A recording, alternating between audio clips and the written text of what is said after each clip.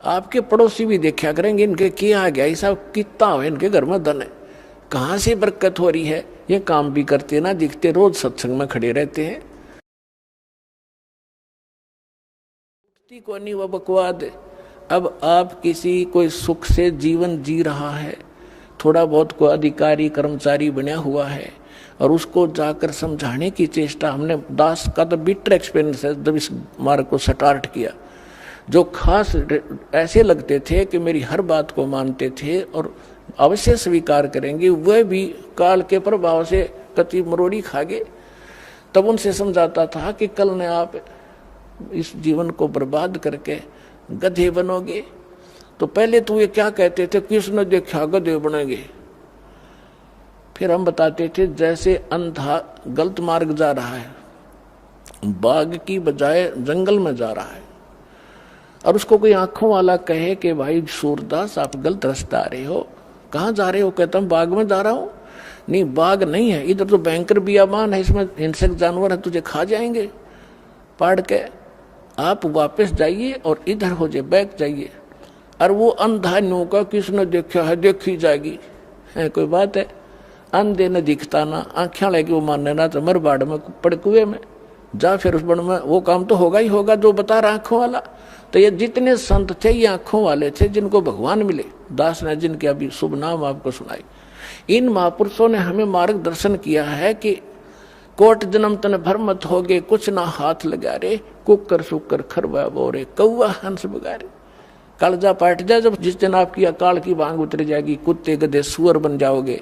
आज तो आपके दस्ती को ना काम बन जाएंगे, कुछ समय पर टूक मिल रहे हैं, अच्छा बढ़िया कोठी मिल गई और समझना रिया कहानी बिगड़ेगी, मृत्यु के तुरंत मृत्यु हुई, और फिर वो काम आपका तैयार है जो संतों ने पहले बता रखे। तो वो क्या कहता है जिससे हम समझाया करते, देखी जाएगी, किसने देखा। अरे देखा जिन्हें वो बता रहे हैं वो मूर्ख थोड़े ही थे। तो अंधे ने ना दिखे तो आंखें लगी मान लेनी चाहिए। और फिर देखी जाएगी, गधा अपने पास के देखेगा, फिर तो कुम्हार देखेगा। अपना देखना देखना तो अब है, बुराई छोड़ सत्ज्ञान ग्रहण कर, गलत साधना भी त्याग, और सतलोक आश्रम बरवाला जिला हिसार में और कल्याण करा।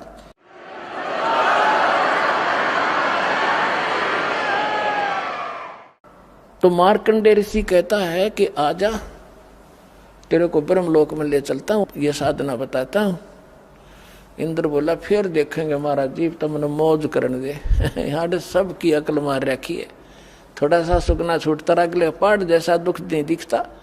तो जब हमारी अकाल की भांग उतर जाएगी, कबीर साहब कहते हैं, कबीर ये माया अटपटी सब घटान अड़ी, और किस किस ने समझाऊं या कुआ भांग पड़ी। अब जिस तरह बात करो सब वाय बोली बोलेगा। जैसे किसी ठेके पर देखो शराब वाले पे शाम के समय 5-7 घुटी लाकर आ रहे हो, और उन तो बात करो कहाँ गया ना, मौज मार के आया हूँ। दूसरे तो करोगे वो भी यही भाषा बोलेगा, और ऐसे लड़खड़ा के चलेंगे। सबकी एक जैसी चाल, एक जैसी भाषा होगी। तो जिसने अकाल की भांग पी रखी है सब यही भाषा प्रयोग करेंगे, वो बोल ही नहीं सकते दूसरी, उनके बस की बात नहीं। तो इस सत्संग से, इस तत्व ज्ञान से, ये एंटीबायोटिक जो कैप्सूल आपको खिलाए जाएंगे, इससे अब भांग उतरेगी, और फिर नो पता लगेगा गधे बनेंगे।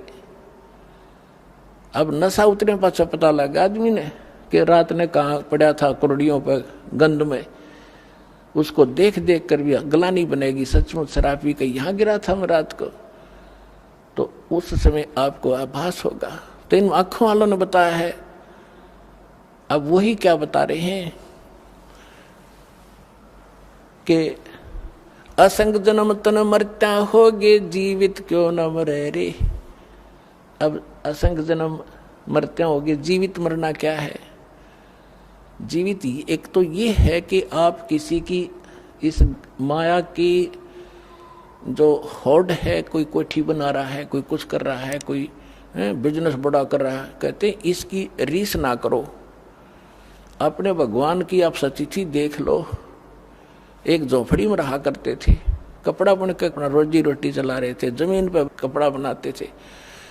अब वो क्या कहना चाहते हैं कि अगर वो उन कोठी बंगले आने की रीस करते थे, एक वचन से बना लेते, एक महल देखने जोगा, सारा संसार देखना आवे। लेकिन इस लोक में फिर हम भी फिर वो कोठी गार्डन में लगे रहते, वो तो अपने वचन से बना लेते। तो उन्होंने झोंपड़ी बनाकर टाइम पास इसलिए रिहर्सल करके दिखाया, इस गंदे लोक में इतना भी पर्याप्त है। घर ते 3.5 हाथ गणाते 3.25। कबीर साहब कहते हैं क्या क्या चना हुआ मैडिया लंबी भी तुषार, और घर ते 3.5 हाथ गणाते 3.25। एक रोहतक के अंदर एक वो बनावा था, उसमें मार्केट सी बनावा था, दुकानें बना रहा था, और क्या बता रहा था कि 5 लाख रुपए महीने का मुझे, सन 1988-89 की बात है, 5 लाख रुपए महीने का नीचे नीचे के फ्लोर का किराया करेगा, और 3-4 मंजिल बनाऊंगा। आज के तो मेरे ख्याल 50 लाख कह सकते हैं उनको। और वो बनाते बनाते उसका लेंटर डला था, और महीने की उनकी तनख्वाह दे रहा था, वो देकर तनख्वाह, जो नौकर लगे हुए थे वहाँ मजदूर सेवादार, उनको तनख्वाह देकर वो अपनी गिन रहे थे, और वो नहाने लग गया वहीं पर। गर्मियों का दिन था, टूटी चला गया, नहा के तयमंद बांध दिया था भगत ने, और जो बलो डिग के गिर गया हार्ट अटैक हो गया, चाट लिया उसको ठीक ने। परमात्मा कहते कहाँ चढ़ा हुआ मैडिया लंबी भी तुषार, गर्त 3.5 हाथ गणाते 3.25। कहने का भाव ये है कि यहाँ इस ज्ञान से आपको पता चल, एक तो ये जीवित मरना है कि हमने लोगों की इन बकवादों की रीस नहीं करनी, नकल नहीं करनी, और दूसरा वास्तविक ये मरना है कि जैसे जिस कर्म को, जिस क्रियाओं को, जिस धन को, जिस घर को और जिस व्यवसाय को आप छोड़ कर सत्संग में नहीं आना चाहते, ये सोच लेते हो कि वो हानि घनी हो जाएगी या भूल लाग रही आपके, सत्संग मानते हैं और भगवान के लिए चलता आदमी, उसके सुख होया करे, और थोड़ी बहुत हानि भी होती है तो ना जाने के बिजली गिरनी थी, वह थोड़े में टलेगी, ये सत्कर मान लेना। तो जैसे वहां से चलते हैं तब चला जाएगा, नो सोच ले। जैसे एक नाइट सर्विस में जा रहा था भगत, नाइट सर्विस में गया था और वापस आना था उसने, कोई घना जरूरी काम था, इसलिए रात की सर्विस पकड़ी। वह नाइट सर्विस की बस एक्सीडेंट हो गया और वो मर गया, मृत्यु को प्राप्त हो गया। अब वह जल्दी भी गई, वह जरूरी काम भी रह गया।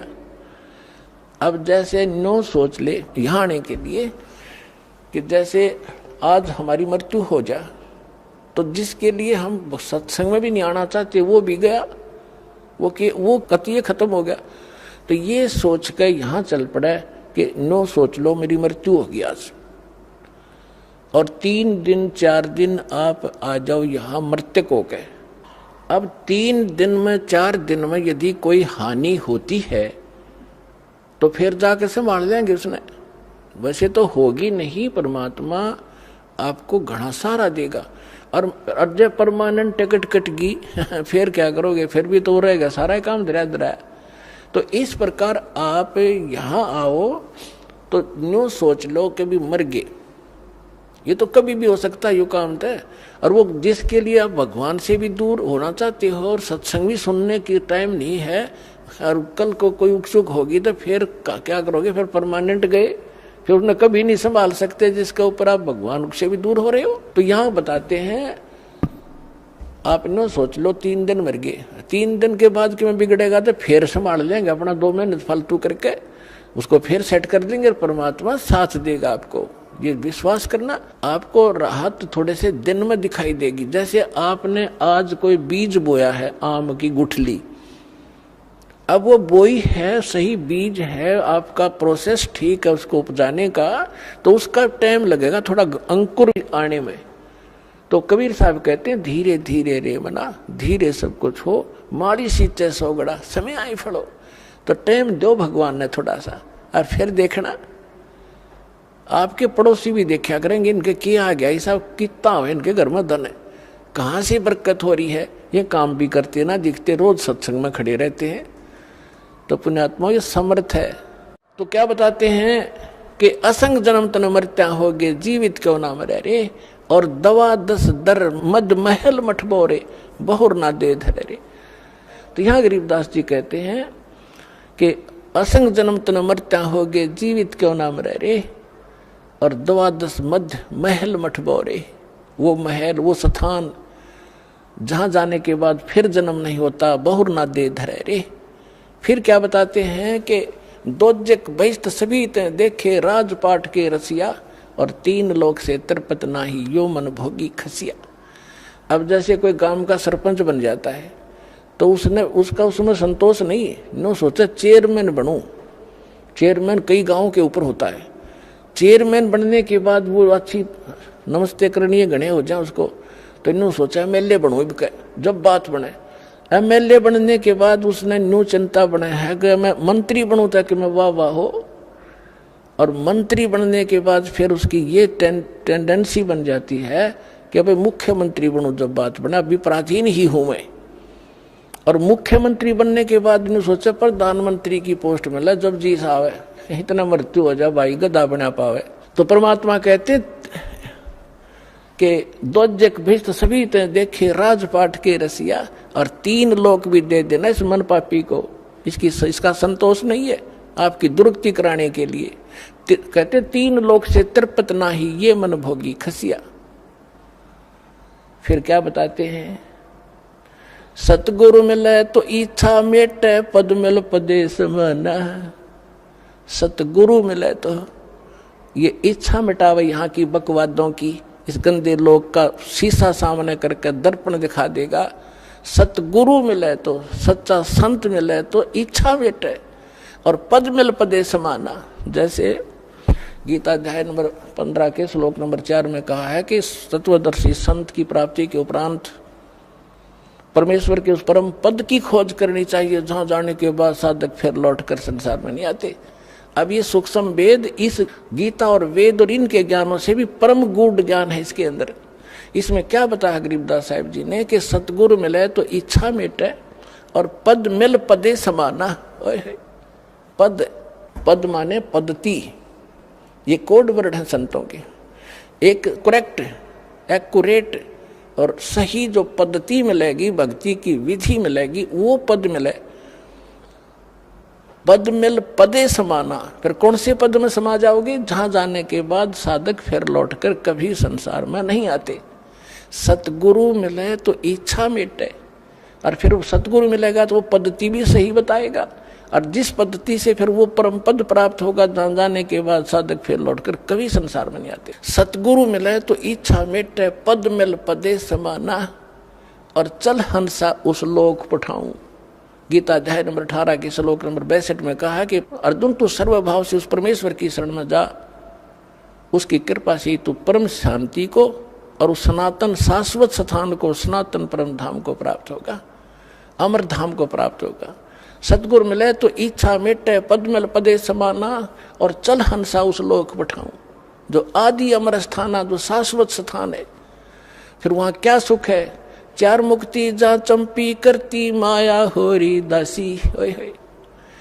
जो यहाँ की 4थी मुक्ति है वो भी नाशवान है, लेकिन वहां तेरे चरणों में सदा सुख उससे भी अधिक पड़ा रहेगा।